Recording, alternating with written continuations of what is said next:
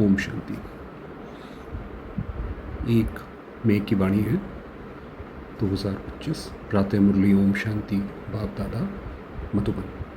मीठे बच्चे, तुम बेहद के बाप से बेहद का वर्षा लेने आए हो। यहाँ हद की कोई बात नहीं। तुम बड़े उमंग से बाप को याद करो तो पुरानी दुनिया भूल जाएगी। ऐसा हम बाबा को याद करें कि जब हम बाबा की याद में मगन हो जाएं तो हमें ये दुनिया और उसके जो प्रॉब्लम्स हैं जो भी हैं वो सारे के सारे भूल जाएं। तो बाबा ने कहा ऐसा होगा, वरना ये दुनिया से भूल पाना तो बहुत मुश्किल है। कैसे करेंगे? प्रश्न है, कौन सी एक बात तुम्हें बार बार अपने से घोट कर पक्की करनी चाहिए? हम आत्मा हैं, हम परमात्मा बाप से वर्षा ले रहे हैं। आत्माएं हैं बच्चे, परमात्मा है बाप। अभी बच्चे और बाप का मेला हुआ है। ये बात बार बार घोट कर पक्की करो कि ये हमारा बाबा के साथ हम पूरे चक्र के बाद आकर मिले हैं। जितना आत्माभिमानी बनते जाएंगे देह अभिमान मिट जाएगा। गीत है, जो पिया के साथ हैं उनके लिए बरसात है। ओम शांति। बच्चे जानते हैं कि हम बाबा के साथ बैठे हुए हैं। ये है बड़े ते बड़ा बाबा, सबका बाबा है। ये जो हमारे सामने बैठा है बहुत बड़ी हस्ती है। बाबा आया हुआ है। बाप से क्या मिलता है ये तो सवाल ही नहीं उठता। बाप से मिलता ही है वर्षा। ये है सबका बेहद का बाप, जिससे बेहद का सुख, बेहद की प्रॉपर्टी मिलती है। वह है हद की मिल्कियत। ये हद की मिल्कियत माँ बाप से मिलती है। कोई पैसा देता है, धन दान बहुत अलग अलग तरीके का होता है। तो वह है हद की मिल्कियत। कोई के पास 1000, कोई के पास 5000 होगी, कोई के पास 10, 20, 50 करोड़ अरब होंगे। अब वह तो हैं सब लौकिक बाबाएं और हद के बच्चे। यहाँ तुम बच्चे समझते हो हम बेहद के बाप पास आए हैं, बेहद की प्रॉपर्टी। यहाँ आए हैं हम बाबा के पास स्वर्ग का वर्षा लेने। दिल में आश तो रहती है ना, सिवाय स्कूल के और सत्संग आदि में कोई आश नहीं रहती। कहेंगे शांति मिले, वह तो मिल नहीं सकती।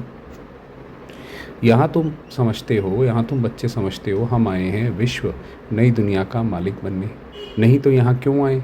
बच्चे कितनी वृद्धि को पाते रहते हैं, कहते हैं बाबा हम तो विश्व का मालिक बनने आए हैं। हद की कोई बात ही नहीं है। बाबा आपसे हम बेहद स्वर्ग का वर्षा लेने आए हैं। कल्प कल्प हम बाप से वर्षा लेते हैं, फिर माया बिल्ली छीन लेती है। हम बाबा से वर्षा लेते हैं, सतयुग में आते हैं और फिर दोबारा से राज मिलता है और फिर दोबारा से माया ले लेती है। तो ऐसे करके ये चलता रहता है। इसलिए इसको हार जीत का खेल कहा जाता है। ये जैसे घड़ी की सुई होती है, जो सुई 12 बजे सबसे ऊपर है, आप देखेंगे शाम को वो सबसे नीचे है। तो ये हार जीत का खेल चलता रहता है। बाप बैठ बच्चों को समझाते हैं। बच्चे भी नंबरवार समझते हैं। ये कोई साधु संत नहीं है। जैसे तुमको कपड़े पड़े हैं वैसे इनको पड़े। बाबा भी साधारण रीति से रहते थे। ये तो बाबा है ना। कोई पूछेंगे किसके पास जाते हो, कहेंगे हम बाप दादा के पास जाते हैं। ये तो फैमिली हो गई। क्यों जाते हैं, क्या लेने जाते हो? ये तो और कोई समझ ना सके, कह ना सके कि हम बाप दादा के पास जाते हैं, वर्षा उनसे मिलता है। दादे की प्रॉपर्टी के सब हकदार हैं। दादा तो शिव बाबा जो है वो दादा है। शिव बाबा के अविनाशी बच्चे तो हो ही, फिर प्रजापिता ब्रह्मा के बनने से उनके पोत्र पोत्रियाँ हो।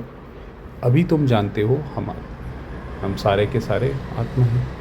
ये तो बहुत पक्का घोटना चाहिए कि भाई हम आत्माएं ये शरीर में बैठे हैं और ये शरीर हमें छोड़ना है।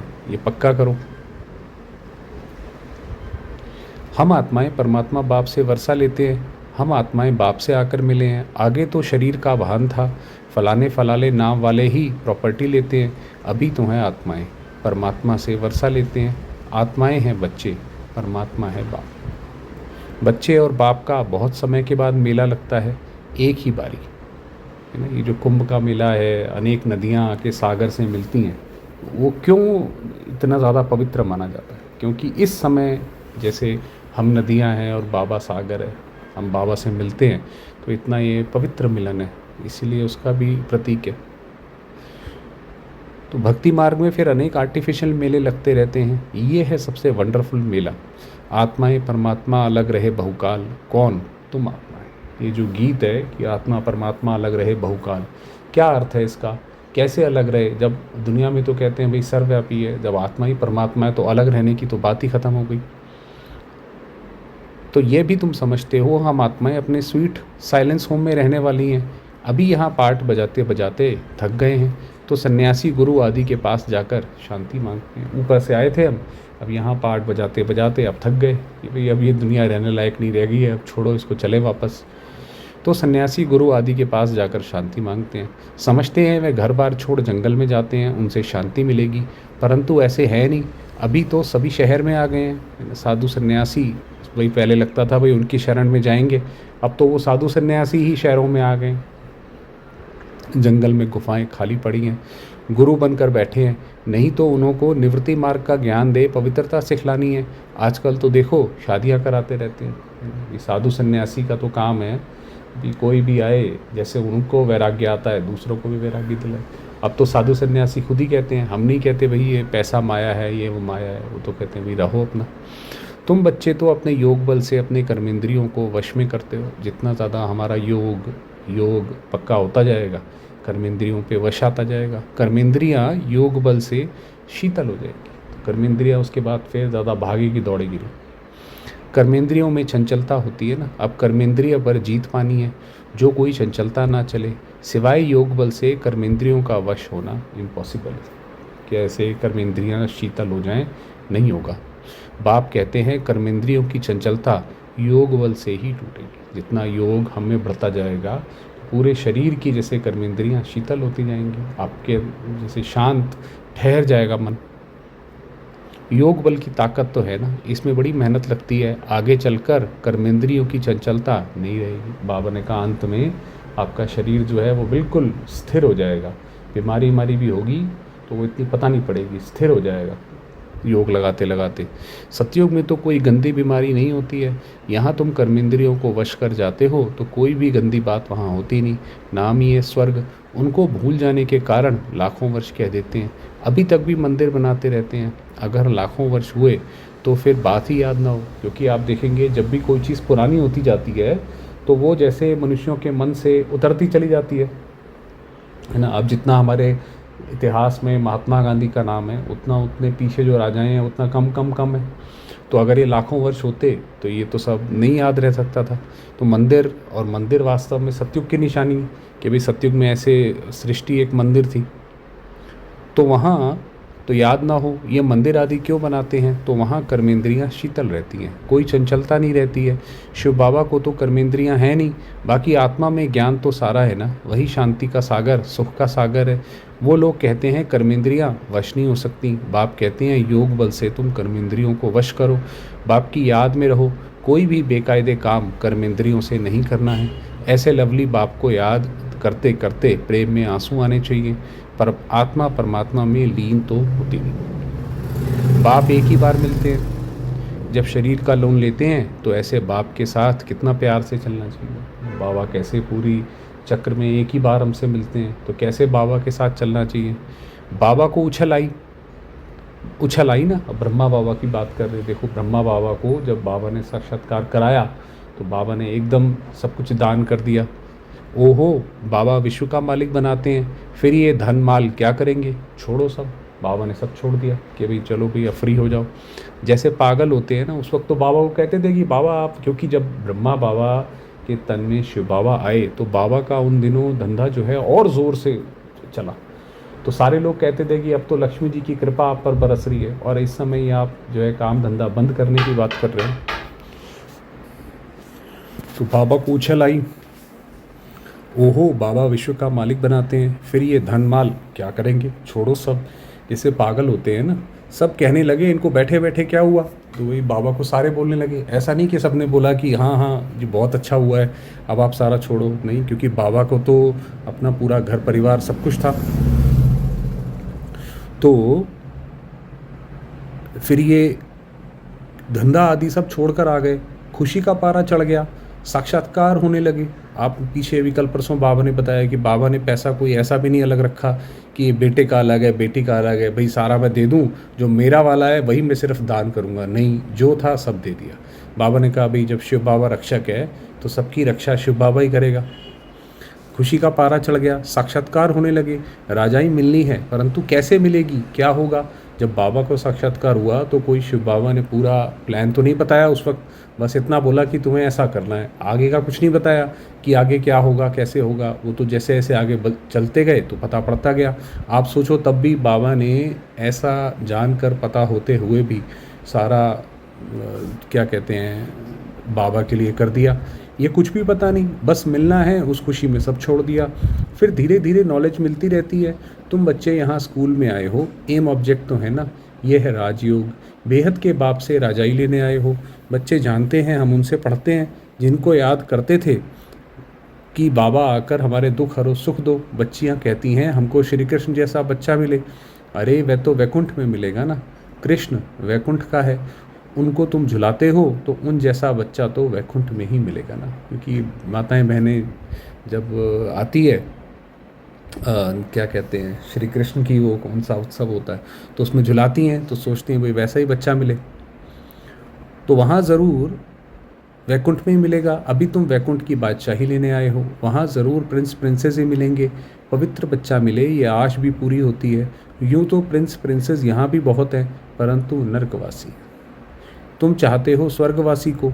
पढ़ाई तो बहुत सहज है। बाप कहते हैं तुमने बहुत भक्ति की है, धक्के खाए हैं, तुम कितना खुशी से तीर्थों आदि पर जाते हो। अमरनाथ पर जाते हैं, समझते हैं शंकर ने पार्वती को अमर कथा सुनाई। भक्ति में जो कहानियाँ बनी हुई हैं उस हिसाब से जाते हैं वो। अमरनाथ की सच्ची कथा तुम अभी सुनते हो, ये तो बाप बैठ तुमको सुनाते हैं। तुम आए हो बाप के पास, जानते हो ये भाग्यशाली रथ है, इसने ये लोन पर लिया है। हम शिव बाबा के पास जाते हैं, उनकी ही श्रीमत पर चलेंगे।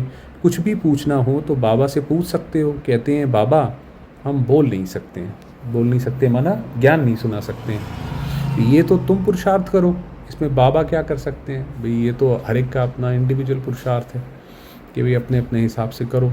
बाप तुम बच्चों को श्रेष्ठ बनने का सहज रास्ता बताते हैं। एक तो कर्मेंद्रियों को वश करो, दूसरा दैवी गुण धारण करो। कोई गुस्सा आदि करे तो सुनो नहीं। अब ये बाबा ने बहुत अच्छी बात बताई कि भाई अगर हर एक के घर में कोई ना कोई परिस्थिति तो चलती है, भाई ऑफिस है, घर है, बिजनेस है, जो भी है, कोई गुस्सा करे भी आप एक कान से सुनो, दूसरे से निकाल दो, फ्री हो जाओ। एक कान से सुन, दूसरे से निकाल दो। जो एवल बात पसंद ना आए उसको सुनो ही नहीं। भाई किसी ने कुछ बोला, आपको बात पसंद नहीं आई, सुना अनसुना कर दो, चलो भाई। देखो पति क्रोध करता है, मारता है तो क्या करना चाहिए? जब देखो पति गुस्सा आता है तो उन पर फूल बरसाओ, अच्छी अच्छी बातें करो। ऐसा नहीं उस वक्त ही और सुनाने लग जाएं। तो ये तो पता होना चाहिए भाई कौन सी बात कब करनी है। फूल बरसाओ, हंसते रहो, मतलब थोड़ा मुस्कुरा के बात करो। ऐसा नहीं है वो अपना पूरे दिन से घर में घुसे और हम शुरू हो जाएं शिकायत का पिटारा लेकर, तो नहीं। युक्तियाँ तो बहुत हैं, कामेशु क्रोधेशु होते हैं ना, अबलाएँ पुकारती हैं। एक द्रौपदी नहीं है, सब हैं। ये जो दिखाते हैं भाई वो द्रौपदी को भगवान ने बचाया, साड़ी दी, तो ये वो सारी द्रौपदियाँ हम हैं। बाबा हमें अलग अलग रीति से बचाते रहते हैं। अब बाप आए हैं नंगन होने से बचाने। बाप कहते हैं इस मृत्यु लोक में ये तुम्हारा अंतिम जन्म है। हम तुम बच्चों को शांति धाम ले जाने आया हूँ, वहाँ पतित आत्मा तो जा ना सके, इसलिए मैं आकर सबको पावन बनाता हूँ। जिसको जो पार्ट मिला हुआ है वह पूरा कर, अब सबको वापस जाना है। जिसका जो पार्ट रह गया है, जिसके साथ जो भी हिसाब किताब रह गया है वो पूरा होगा, उसके बाद घर जाएंगे। सारे झाड़ का राज बुद्धि में है, बाकी झाड़ के पत्ते थोड़े ही कोई गिनती कर सकते हैं। तो बाप भी मूल बात समझाते हैं, बीज और झाड़। बाकी मनुष्य तो ढेर हैं, एक एक के अंदर को थोड़े ही बैठ जानेंगे। मनुष्य समझते हैं भगवान तो अंतर्यामी है, हर एक की अंदर की बात को जानते हैं। ये सब है अंधश्रद्धा कि भाई भगवान तो अंतर्यामी है, हमें बताने की क्या ज़रूरत है, वो तो सब जानते हैं। जैसे मनुष्य अपने को भी छुड़ा लेते हैं, अपने को भी भगवान से ज़्यादा वो समझदार समझते हैं। बाप कहते हैं जब तुम हमको बुलाते हो कि आकर हमको पतित से पावन बनाओ, राजयोग सिखाओ, अभी तुम राजयोग सीख रहे हो। बाप कहते हैं मुझे याद करो। बाप ये मत देते हैं ना, बाप की श्रीमत और गत सबसे न्यारी है। मत यानी राय, जिससे हमारी सद्गति होती है, वही एक बाप हमारी सद्गति करने वाला है, दूसरा न कोई। इस समय ही बुलाते हैं, सतयुग में तो बुलाते नहीं हैं। अभी ही कहते हैं सर्व का सद्गति दाता एक राम। ये अभी सारे ही अब कलयुग के अंत में जब दुखी होते हैं तभी भगवान को याद करते हैं कि हे प्रभु जी निकालो यहाँ से आकर के। जब माला फेरते हैं तो फेरते फेरते जब फूल आता है तो उनको राम के आँखों पर लगाते हैं। वही जो लोग आप देखेंगे, कई लोग जो हैं वो गौमुख में ऐसे कपड़ा डाल के उसके अंदर हाथ से माला फेरते रहते हैं, और जब भी उसके अंदर वो फूल आता है तो अपने वो आँखों पे लगाते हैं। जपना है एक फूल को, बाकी है उनकी पवित्र रचना। माला को तुम अच्छी रीति जान गए हो, जो बाप के साथ सर्विस करते हैं उनकी ये माला है। तो वास्तव में वो जो वो माला जपते हैं कि जब फूल आता है तो वो शिव बाबा है, और बाकी जो दाने हैं वो बाबा के साथ साथ जिन्होंने बाप के मददगार बने तो वो आत्माएं हैं वो, तो उनकी ये माला है। शिव बाबा को रचता नहीं कहेंगे, रचता कहेंगे तो प्रश्न उठेगा कि कब रचना की। प्रजापिता ब्रह्मा अभी संगम पर ही ब्राह्मणों को रचते हैं। शिव बाबा की रचना तो अनादि है ही, तो भगवान ने ये रचना ये हमेशा से चला ही आ रहा है। सर्कल हमेशा ये गोल गोल ड्रामा चलता ही रहता है। सिर्फ पतित से पावन बनाने लिए बाप आते हैं। अभी तो है पुरानी सृष्टि, नई में रहते हैं देवताएं। अब शूद्रों को देवता कौन बनाए, अब तुम फिर से बनते हो। जानते हैं बाबा हमको शूद्र से ब्राह्मण, ब्राह्मण से देवता बनाते हैं। अभी तुम ब्राह्मण बने हो देवता बनने के लिए। मनुष्य सृष्टि रचने वाला हो गया ब्रह्मा, जो मनुष्य सृष्टि का हेड है। बाकी आत्माओं का विनाशी बाप शिव तो है ही। ये ब्रह्मा और शिव बाबा में फ़र्क है। ये सब नई बातें तुम सुनते हो। जो बुद्धिमान हैं वे अच्छी रीति धारण करते हैं। आहिस्ते आहिस्ते तुम्हारी भी वृद्धि होती जाएगी। आप सोचो, जब शुरुआत में तो बाबा के पास कितने कम बच्चे आते थे, तब भी बाबा कहते थे कि ये तुम्हारा ज्ञान देश विदेश में जाएगा। सोचिए, बाबा को तभी ऐसे सब पता था। अभी तुम बच्चों को स्मृति आई है, हम असुल देवता थे, फिर 84 जन्म कैसे लेते हैं, सब राज तुम जानते हो। जास्ती बातों में जाने की दरकार ही नहीं है। बाप से पूरा वर्षा लेने के लिए मुख्य बात बाप कहते हैं, एक तो मुझे याद करो, दूसरा पवित्र करो। ये वर्षा लेना है तो ये दो चीज़ें हैं, एक अपने को आत्मा समझो, पवित्र बनो, सुदर्शन चक्रधारी बनो और आप समान बनाओ। कितना सहज है, सिर्फ याद ठहरती नहीं है, नॉलेज तो बड़ी सहज है। अभी पुरानी दुनिया ख़त्म होनी है, फिर सतयुग में नई दुनिया में देवी देवताएं राज्य करेंगे। इस दुनिया में पुराने थे पुराने ये देवताओं के चित्र, वाइनों के महल आदि हैं। सबसे पुराना यही है, इससे पुराना और कुछ नहीं है। तुम कहेंगे पुराने थे पुराने, हम विश्व के महाराजा महारानी थे। शरीर तो खत्म हो जाते हैं, बाकी चित्र बनाते रहते हैं। अभी ये थोड़े ही किसको पता है, ये लक्ष्मी नारायण जो राज्य करते थे कहाँ गए, किसी को नहीं पता कि ये जो इतने सारे देवी देवता जो भी कहते हैं वो कहाँ चले गए, अब इस वक्त कहाँ हैं। राजाई कैसे ली, बिरला इतने मंदिर बनाते हैं परंतु जानते नहीं हैं, पैसे मिलते जाते हैं और बनाते रहते हैं। समझते हैं ये देवताओं की कृपा है। एक शिव की पूजा है अव्यभिचारी भक्ति। एक शिव की पूजा जो करते हैं उसको अव्यभिचारी, भाई कहीं और बुद्धि भटकती नहीं है, एक शिव में लगी है। ज्ञान देने वाला तो ज्ञान सागर एक ही है, बाकी है भक्ति मार्ग। ज्ञान से आधा कल्प सदगति होती है, फिर भक्ति की दरकार नहीं रहती। ज्ञान, भक्ति और वैराग्य। अब भक्ति से पुरानी दुनिया से वैराग्य, अब हमारा पुरानी दुनिया से वैराग्य हो गया। पुरानी अब ख़त्म होनी है, ये जो पुरानी दुनिया है बस अब ये ख़त्म होने की कगार पे खड़ी है। इसमें आसक्ति क्या रखें, क्या रखोगे आसक्ति इसमें, इसमें तो हर चीज़ तो नाशवान है, हर चीज़ दुख देने वाली है। अब तो नाटक पूरा होता है, हम जाते हैं घर, वह खुशी रहती है। कई समझते हैं मोक्ष पाना तो अच्छा है, फिर आएंगे नहीं, चलो भाई ये दुनिया ख़राब हो गई है, इसमें दुख ही दुख है, इससे अच्छा तो मोक्ष पालें, ऐसे सोचते हैं। आत्मा बुदबुदा है जो सागर में मिल जाता है, तो वो कहते हैं भाई अपना डेफिनेशन देते हैं, क्या मतलब है। ये सब गपोड़े हैं। एक्टर तो एक्ट करेगा ज़रूर, बिना एक्ट के कैसे रहेगा। जो घर बैठ जाए वह कोई एक्टर थोड़ी हुआ, मोक्ष होता नहीं। ये ड्रामा अनादि बना हुआ है।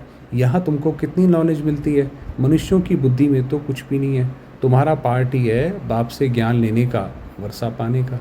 तुम ड्रामा में बंधाए मानो। इस ड्रामा में हम, शिव बाबा, प्रकृति, सारे बंधाए माने, बंधे हुए हैं, छूट नहीं सकते उससे। पुरुषार्थ ज़रूर करेंगे, ऐसे नहीं ड्रामा में होगा तो मिलेगा। फिर तो बैठ जाओ, लेकिन कर्म बगैर कोई रह नहीं सकता, क्योंकि आपका जो शरीर है उसकी तो क्रियाएं लगातार चल रही हैं। तो कर्म, आप बेशक आपको लगे कि ऊपर से आप कुछ नहीं कर रहे हो, मगर वो तो चल रही हैं। भूख तो फाइनली लगेगी, सांस तो चल ही रही है, तो कर्म संन्यास कैसे करेंगे? तो कर्म संन्यास तो हो नहीं सकता। अच्छा, मीठे मीठे सिकिलदे बच्चों प्रति माता पिता बाप दादा का याद प्यार और गुड मॉर्निंग। रूहानी बाप की रूहानी बच्चों को नमस्ते। हम रूहानी बच्चों की रूहानी बाबा को याद प्यार और नमस्ते।